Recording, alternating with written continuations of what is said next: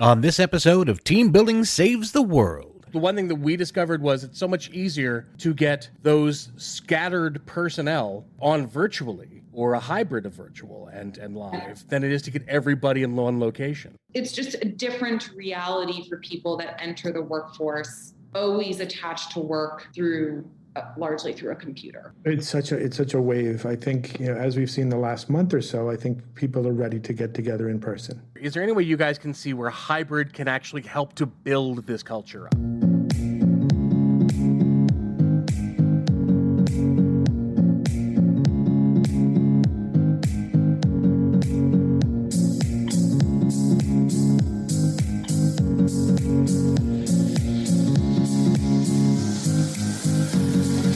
Hello, team. It's me, your old friend Rich Rininsland, host of Team Building Saves the World, the show where I speak to the leaders and innovators in employee wellness and corporate culture and how it reflects in the world of today. And today we're discussing hybrid events with Daphne Hoppenot, founder of the Vendry Event Planners, and longtime friend of the show and founder of Team Bonding, David Goldstein. But first, I need to share some love with my supporters at Team Bonding. If your team is ready to experience teamwork through the power of play, then visit teambonding.com to learn more. Now, team, join me in welcoming two leaders in the event organization and team building industry, Daphne Hoppenot and David Goldstein. Hi, guys. Yep. That's just a handful of people I keep trapped under my desk, Daphne. They're here just to applaud you. So honored. Maybe one day they'll get out. Just kidding. I let them out for air like every few hours. It's fine. Good. I mean, they have to hunt for food, but that's up to them. Welcome. Thank you so much for coming on board. As you guys know, we are discussing hybrid events today. David, let's start off with you. Can you just translate what hybrid actually means to our team out there?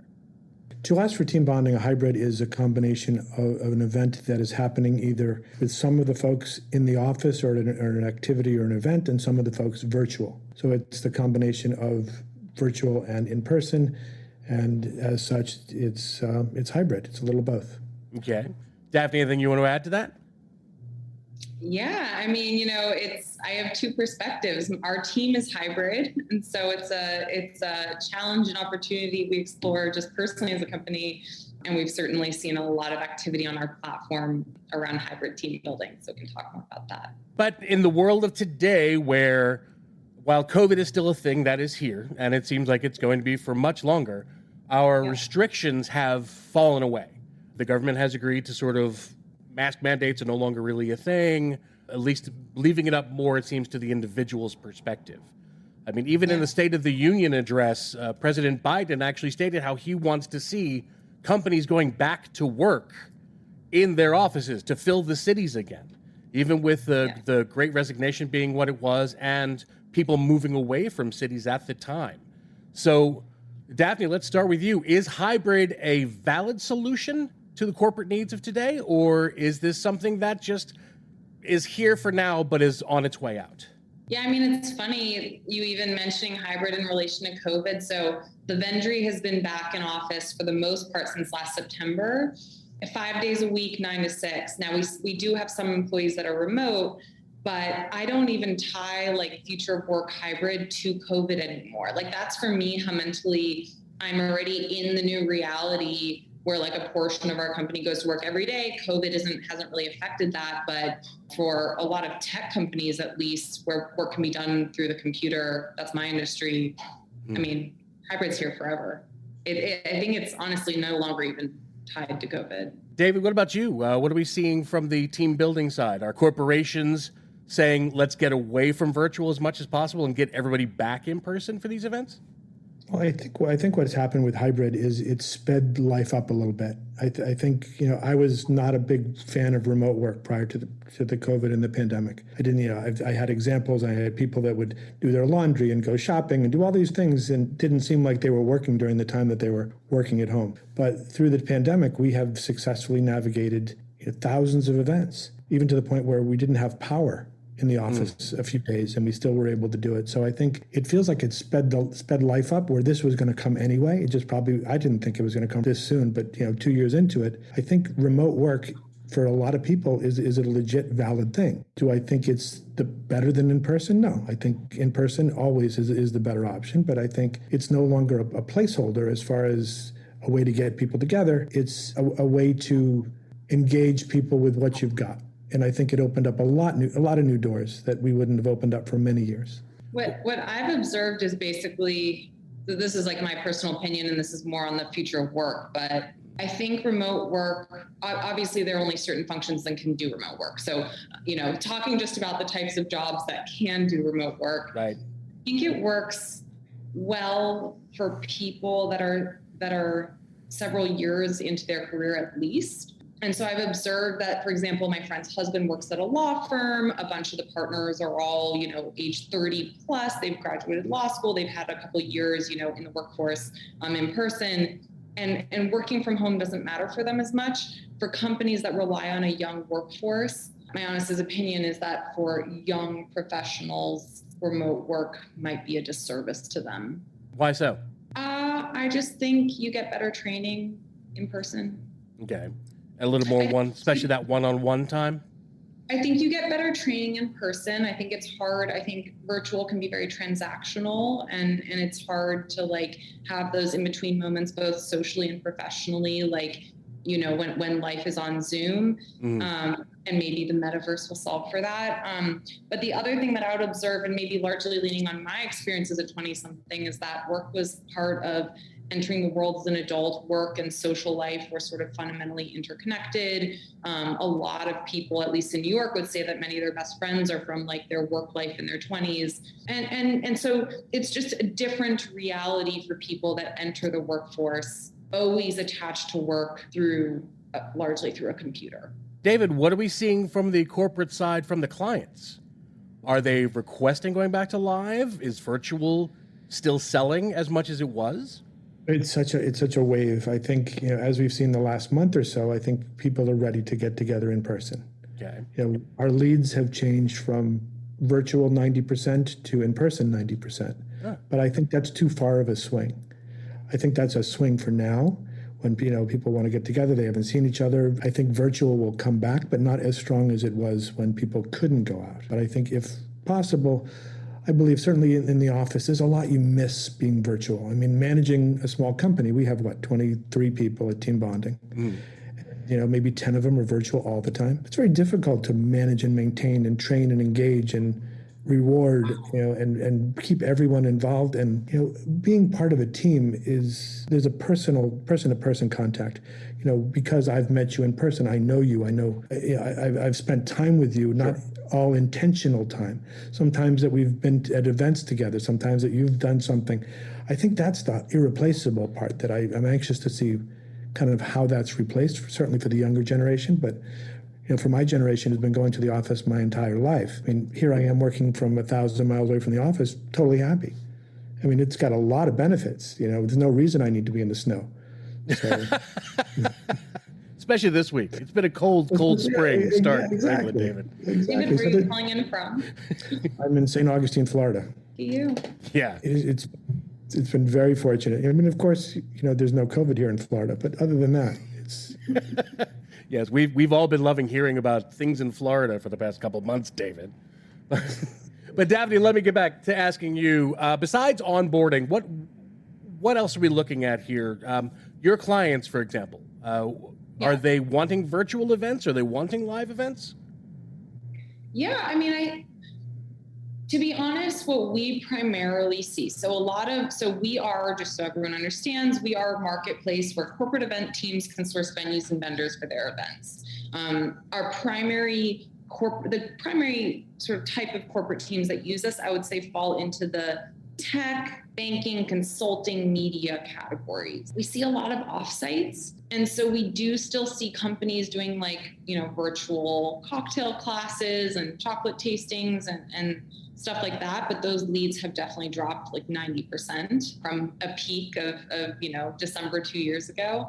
And what we see taking its place is companies probably investing more in sort of offsite experiences. And so, having virtual or hybrid teams and paying more to gather them in person and facilitate that in-person team building. Well, what is the difference cost-wise I mean, if you're looking at the differences, because the one thing that we discovered was it's so much easier to get those scattered personnel on virtually or a hybrid of virtual and live than it is to get everybody in one location. Yeah, I mean, I think in the categories that we operate in, a lot of those companies are giving up office space or some portion of their office space budget to pay for the offsites that they're facilitating. So, I mean, obviously flying everyone to a hotel or to, an onsite at the office is more expensive, but that budget is netting out because they're saving on office space.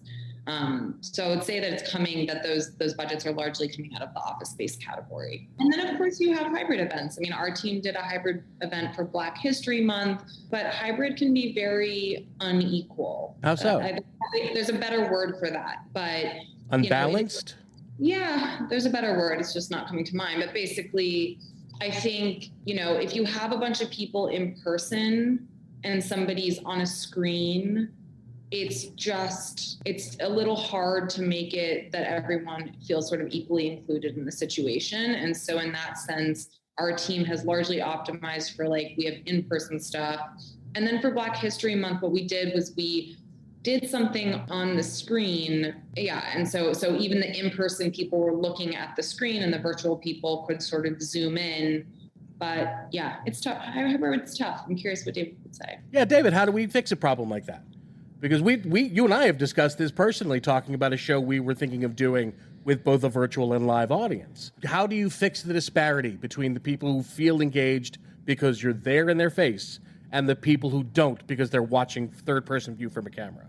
Well, I think eventually it's not going to be preferable to be hybrid. I think what Daphne was saying as far as about budgets going from office space to these type of events, we're investing in retreats. I think people are going to get together, once a year, once a quarter. They're going to get together more often, especially if they're not in the office. There's a value to being together.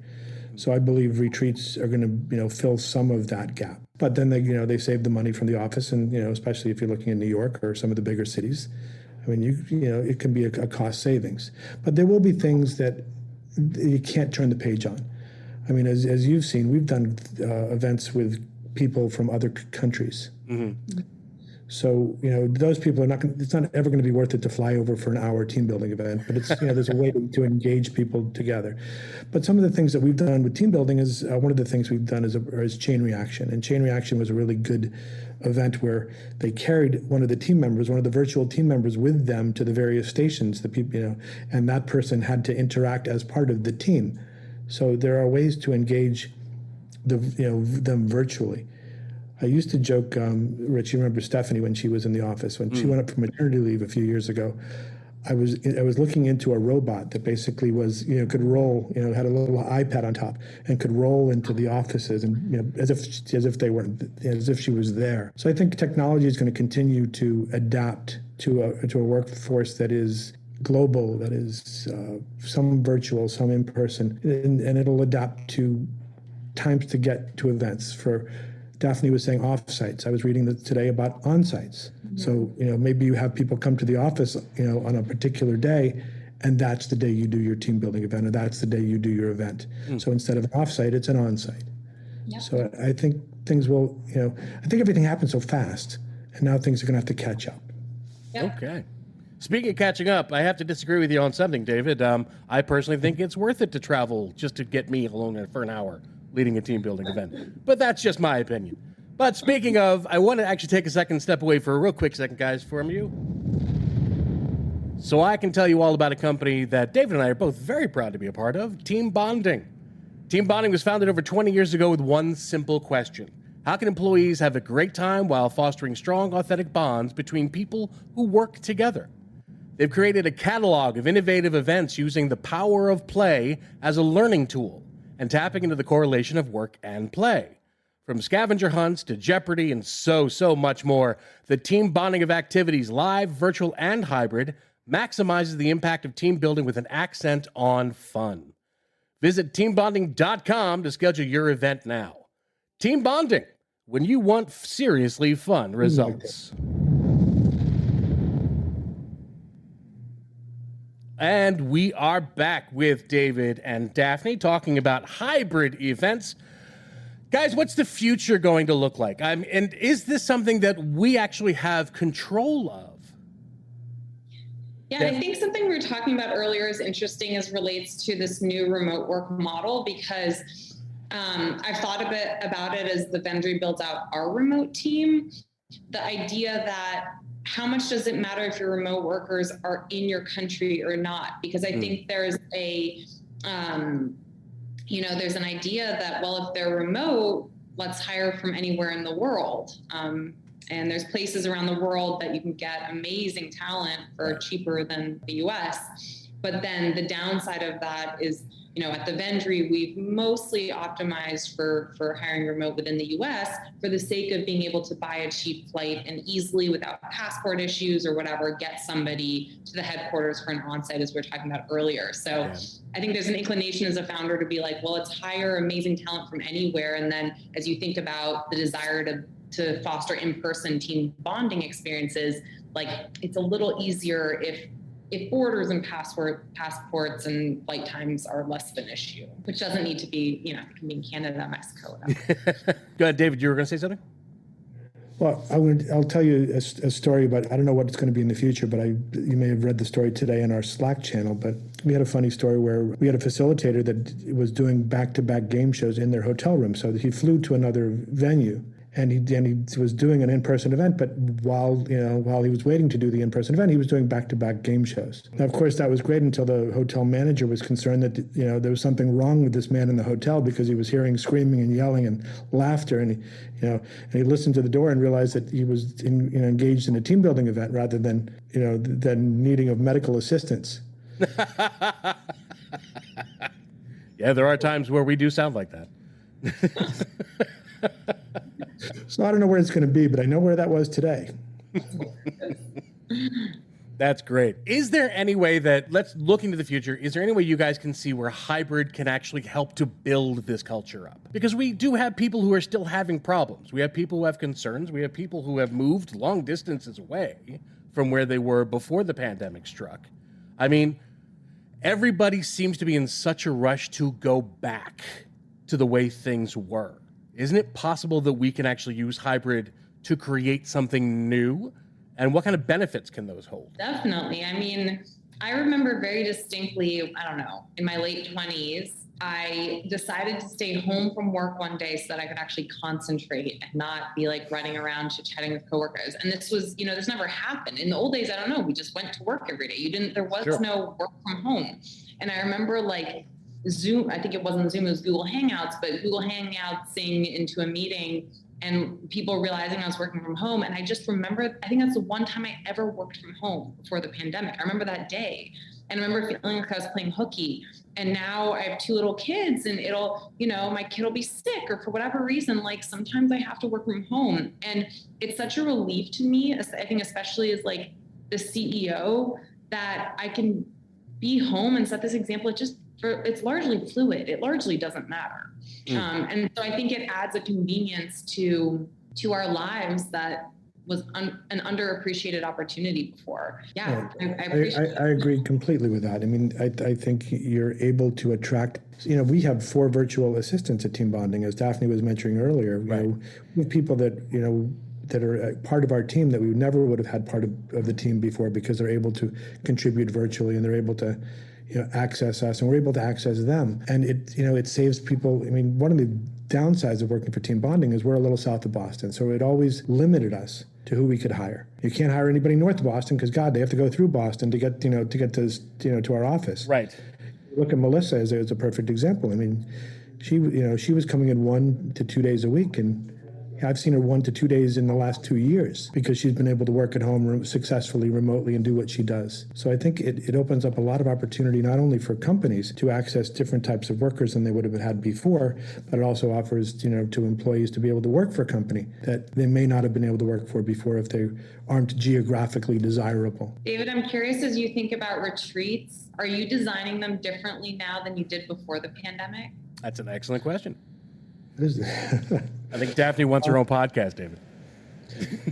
Absolutely. I don't know if we're designing them differently. I think we're putting more of a focus on them. Yeah. We didn't do a lot of retreats. We did some executive retreats and we did some adventure retreats and did, occasional. But I think the new retreat is basically there are different things depending upon what you're trying to accomplish. And I think that's going to be the wave of the future because they're not going to spend as much time doing. I think one of the things that happened to us during the pandemic is we dumbed ourselves down.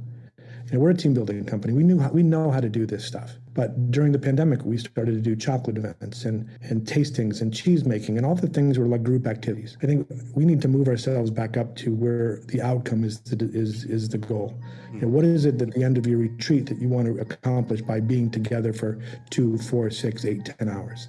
I think we lost a little bit of that with people's desperate need to get their teams together. Now I want to do a little bit more outcome focused. What does outcome focused look like, David? Well, if you were a client, actually, I'll give you a perfect example from today. I had a client that was looking to do an event where they were creating a mural with students at a college, and the outcome was they wanted to introduce themselves. They had a particular goal in mind as far as what they wanted to accomplish from this experience, and we're going to do a graffiti team building event on a college campus for Holocaust awareness. So their desired outcome is awareness for their association, awareness for the Holocaust. Their method or means to getting there is this graffiti event that should attract college students in a cool way to do something that brings attention to this particular organization. So I think when I used to be in the sales department, it was always, for me, it wasn't what do you want? Is what do you, at the end of the time that you're together, what is it that you want your people to feel or to experience? What do you want to walk away with? And I think that's where we need to get back to, and that's where the retreats and the team building will get back to our sweet spot of being able to deliver on the outcomes. That's a really creative sort of avenue through which to achieve that outcome. And I feel like part of the challenge that I saw during the pandemic with team building is that the menu of the 10 standard things was that put out there, everyone did it once or twice, and then it lost the novelty, right? Like I remember our team did a virtual chocolate tasting, third week of the pandemic, and we all had tons of cocktails and got drunk on Zoom, and it was fun and it was novel and it was like, whoa. And so, yeah, I guess I'm interested as you talk about that sort of creative concepting for your clients. Yeah, I feel like that's one of team building's biggest challenges is like always something new and different. Well, I think you're absolutely correct. I think people did everything we do. They did escape rooms, they did, tastings, they did wine, they did chocolate. So we had, 100 and something different opportunities, and a good 20 of them, everyone did, whether they did it with us or did it with someone else, but they've done it. So we've had to come back from the pandemic and reinvent of what's new, what's different, what can be worthwhile. Yeah. So is this on them or is it more on us to be able to take into the account of everything that the client wants, but still be able to offer them something of high quality? I mean, is it more about, because do they come to you knowing what they have in mind and demanding that that's what you give them? Or is it they come to you knowing that they want either a personalized event or a team building event or what have you, and then you give them the options they can go through? Well, that's a good question. It's a question I answered yesterday. One of our facilitators, Dustin, you know Dustin Reichard, he's one of our facilitators, but he's also a hypnotist, a comedy hypnotist. So we're talking about adding comedy hypnotism to our in-person events. And one of the discussions was, we don't want to compete with team bonding as a hypnotist. He can get them for us all over the country, but they don't want to compete with us as hypnotists because team bonding is so much bigger and has a bigger reach. But the way I explained it to him is companies are not looking for comedy hypnotists from team bonding. They are looking for an experience that is unique and different and fun and funny. And then when they tell the account manager that that's what they want, comedy hypnotism might be suggested, as well as other things that reach those outcomes. So it's a difference as far as having the variety to be able to deliver unique programs that meet the needs of the clients. Daphne, let me ask you, is that, because that part of the big reason we do events, the reason these events are successful is because of the stories people can share after the fact. Yeah. We were there when this happened. We were there when he or she did this or that. Is that still as possible with a hybrid as it is with live? I mean, it's interesting. I was reflecting on the many team building experiences I've done, and our team, for example, we had an offsite in the North Fork of Long Island last summer, and one of the team building or bonding experiences we did was oyster shucking. And I feel like a lot of team building that I've done has sort of been special to the locale we were in, and sort of had a tourism component. You know, our team's actually going to Charleston next week, so we're doing a carriage ride and some stuff that's specific to Charleston. So anyways, I was just reflecting on that, and that's a bit of, you know, it's the memories made, and it's like in these cases I'm saying it's like literally, were you there at the Boston offsite, right, at the, when, you know, I remember at my other company where I was before, like the CEO had us fly from New York to San Francisco for one night for an offsite. You know, that's a like, were you there for that crazy faraway offsite? Yeah, I think it's more challenging with hybrid. But I also think that like we had great team building experiences virtually. And sure, here's what I'll say, like it started off with a lot of the experiences that asked a lot of us as participants, right? Like now everyone, you know, pour this cocktail, or now everyone, you know, and I will say that for us virtually as a team, after a while, we got exhausted by them. And after a while, we started doing the things that like were a little more the water cooler chat, right? Like, all right, let's everyone get on Zoom and let's catch up. I can actually say our engineering team here at the Vendry is hybrid. And every Wednesday or at 1 p.m. or something, they go on Zoom for 30 minutes and they play word games. And I think it's so lovely, and they look forward to it. And it's just, that is a truly hybrid team building experience. I think there's 6 of them on there. And I think it's just a bit of like virtual in person. We just want to chat like coworkers and like ask about our weekends or something. Do we think this is actually indicative of where we're going? Or is it possible that we can make a change?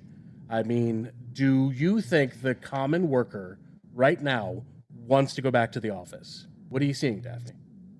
I think that young workers do. I think that my thesis is basically, I think companies that depend on a workforce with people in their 20s are largely going to go back in person. And I think that goes against like a lot of whatever news articles that would say that young Gen Z are like digital nomads. So who knows? I don't know how things will pan out.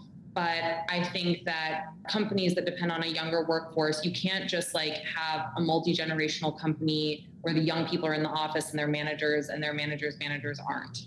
And so I think a lot of that's going to draw people back to in-person. Now, does in-person mean 9 to 6, 5 days a week? No. Okay. But I also, frankly, I mean, I'm sort of old school. Our company is largely back in the office full time, but like, I also don't really believe in the drop in when you like model, at least at a company our size, that doesn't work, because the way I put it is like, there's 12 of us that come to the office every day. Like you sort of, the way we put it here at the Vendry is like, we are all collectively investing in what our office culture means. And that means that when you wake up and you get on the subway and you show up to work, you can have the expectation that your coworkers are going to be there. And that requires collective buy-in. And so we've just sort of all agreed to that. For the sake of culture, not productivity, we can work on our computers. Okay.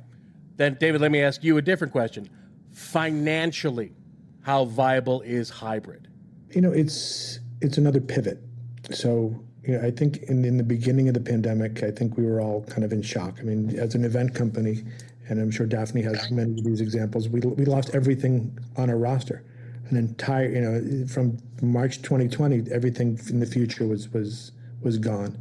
So we had to reinvent, and we had to and not only do we have to reinvent ourselves, we had to reinvent the expectations of the clients. So the first 3 months, all we did was trivia and cocktails.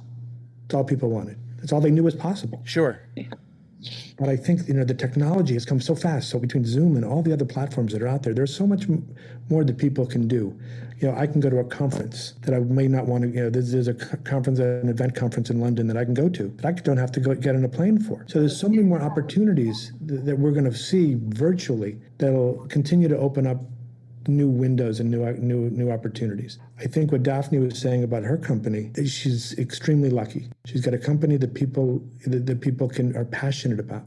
That people want to be there. They want to be, you know, they've got a mission. I don't know that every company is going to have that same attitude that they want to be together. So it's I think when things slow down, once the war is over and once the pandemic is behind us, I think we'll evolve to whatever the new normal is. I also want to say, like, we have remote employees that are very, very valued employees that, like, I would never. So We are hybrid. It works for us in the way that it does. But And let we me largely in offsites. let me ask you this, Daphne. Do your people in the office talk about those people like we talk about David? So much of our office chat is on Slack, and that's Oh, always written. It's always there on paper. We don't really, I don't know. I'm laughing. I was about to say we don't really have private channels, but then I'm like, well, I guess I don't know what channels I'm not on. Yeah. It's a new world. Like we haven't, just speaking as with our company, which is obviously where I have the most insights, like they're awkward things. Like hybrid meetings are super awkward. And it's like, you have an open laptop on or multiple open laptops, figuring out what to mute, what not to. Somebody's in charge of shifting it around. Like honestly, as relates to hybrid, I think needing tech, that's going to be the category that needs to be solved. And a lot of that's hardware, right? Mm. Like what are the right microphones, the right camera setups? Because that's here to stay. It's not going away. That was going to be my question, but I guess Daphne, let's go with you. Last question, just to wrap things up. Is hybrid something you are going to be pushing with your clients as a possibility, or is it just let's just see where they want to go? No, I would say that very few. So people can issue RFPs on the Vendry, and they can choose if the RFP is virtual, hybrid, or in person. Okay. And this data point has stayed fairly consistent, which is only about 5% of the RFPs say the event is hybrid. Mm. Now, I think that's because what hybrid means is also sort of in flux. So somebody will issue an RFP, say it's a live event, and then there's live streaming from the event. But maybe the producer doesn't think of that as a truly hybrid experience. I think all this is being fleshed out. But my perspective is that most events will identify as being virtual or live. And I think very few will be hybrid in that, like they're selling a digital ticket for like a live concurrent digital experience, which is different from recording it and making that recording accessible during and after the event. Okay, David, same question to you. In our industry, is hybrid something to push, or is it just everybody wants either virtual or live?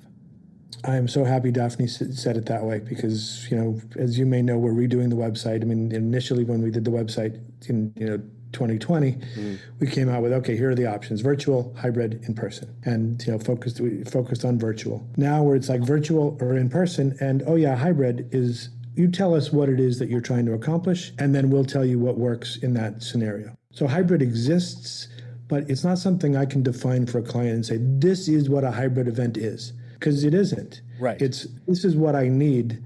How do we make this happen? Do we beam in a Do we beam in a facilitator to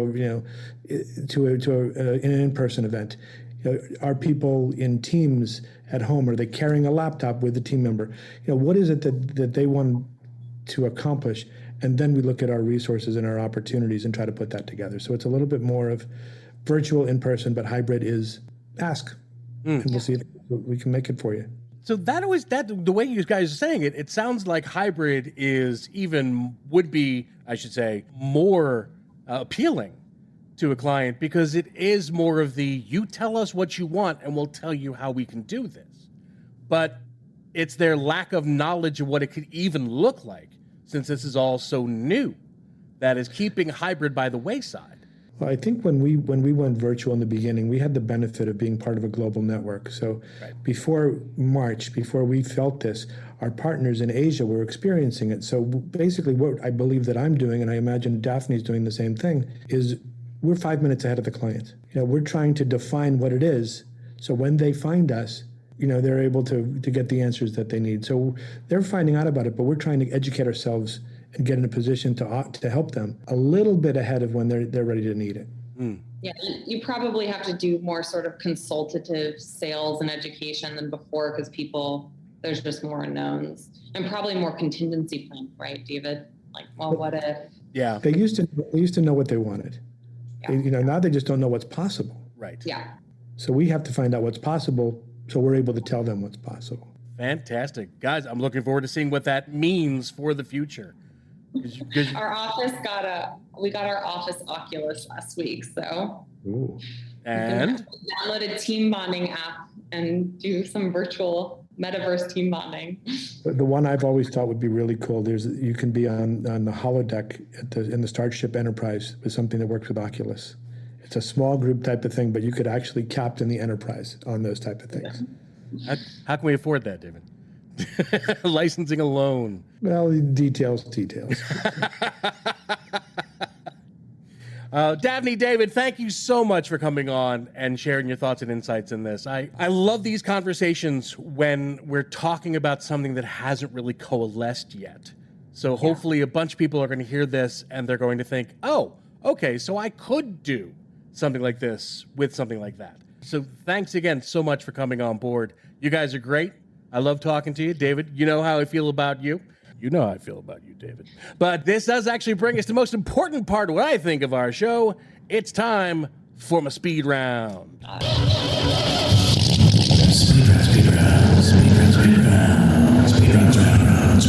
A little bit of cheese for the show.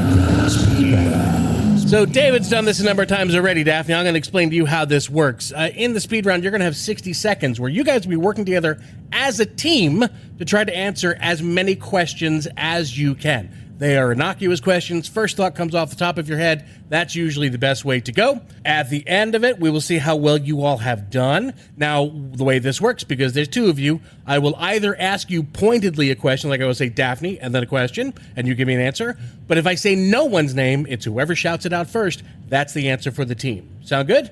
Rich, what's the record of this? Right now, this season, we're at, I believe, 10. Is this like trivia? No, it's not trivia. It is literally, I'm going to ask you silly questions, and you just tell me what you think. They could be yes, no. They could be thoughtful. Whatever you want to do. All right. But you only have... This is recorded, so it could be erased as well. So It'll never be erased, David. It's forever. All right. Once you hear the music, I'll start asking the questions. Guys, have some fun with it. That's what this is about. Enjoy. All right, Daphne, how many kids do they have? 2. Daphne, which one's your favorite? New one, Felix. Oh, wow, nice. David, what's your favorite children's book? What is it? Take Me to the Moon? Daphne, if you could ask your pet a question, what would it be? Oh, I don't have a pet, but clean up after yourself, can you? Okay. What's the most courageous thing you've ever done? Started a company. I'll go with that. Started the company. Nice. David, who should play you in the movie of your life? Gene Wilder. Daphne, who's the funniest person you know? My brother-in-law. What's your favorite nickname for yourself? Dad calls me Dud. And what's your favorite family vacation? From my family home in Croatia. Oh, lovely. That is lovely. David would live. They would say he's living his favorite vacation. But what was that, David? Yeah, the Croatia sounds good. But yes, I'm living our favorite vacation. Yes. Actually, I'm living everyone's vacation. So, my friends, you have gotten 9. 9 Where done. did I pause on? I guess my favorite kid. Only when they grow up and listen to this. So this I mean, is on the internet forever? oh, yeah, but I'm sure nobody remembers anything on the internet. I've never listened to a podcast I've actually done. So it's the sound of your own voice thing. You know, I can't listen to it. Well, just make sure your children feel the exact same way. I know. Thank you, my team. Hey, guys out there, please give me one more time a big round of applause for Daphne Hoppenot and David Goldstein. Can I put on the internet I love both my kids? You absolutely can. Actually, why don't you tell us, Daphne, where people can find you if they want to learn more about you and about the Vendry? Totally. LinkedIn is probably best for me personally. So Daphne Hoppenot, I probably am the only one on there. And yeah, thevendry.com. The Vendry's Instagram, the Vendry on LinkedIn, Twitter. I think we started a TikTok the other day, so covering all of our bases. Nice. All over the internet. And that's the Vendry or just Vendry? The Vendry. And VENDRY. DRY, yeah. And David, although I tell everybody where to find us anyway, why don't you tell people where they can find you? Well, I'm probably not the only David Goldstein on LinkedIn. Definitely true. One of my proudest moments is I did get David Goldstein on Facebook. So I'm the first David Goldstein. I didn't have to do David Goldstein 997. Wow. Very nice. But teambonding.com is the easiest way to find who we are, what we do. Fantastic. And of course, listening to this podcast. There you go. And yes, please, thank you, my friends. Thank you very much for coming on board. And thank you out there, my team. That's it. We've put to bed another episode of Team Building Saves the World. If you've enjoyed this episode, whether you're new to the podcast or an old fan of the show, please be sure to share this podcast with everyone you know. Whether they're your coworker, family, friend, it doesn't matter. We just want to share this vital information with you and all of your friends. You can find out all about us, including all past episodes of the podcast, at teambonding.com/podcast. You can also find us wherever you find your favorite podcasts, Google Podcasts, Apple Podcasts, Spotify, wherever you go to listen, that's where we're going to be.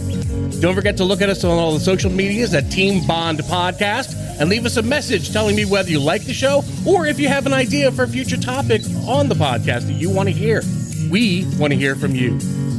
And if I even like your comment, I might mention you on a future episode. But before we say our final farewells for this episode of Season 3 of Team Building Saves the World, please never forget, no matter where you are, if you're within the sound of my voice, you're on my team now, and I am forever going to be on yours. You take care, team, and I'll see you all next time.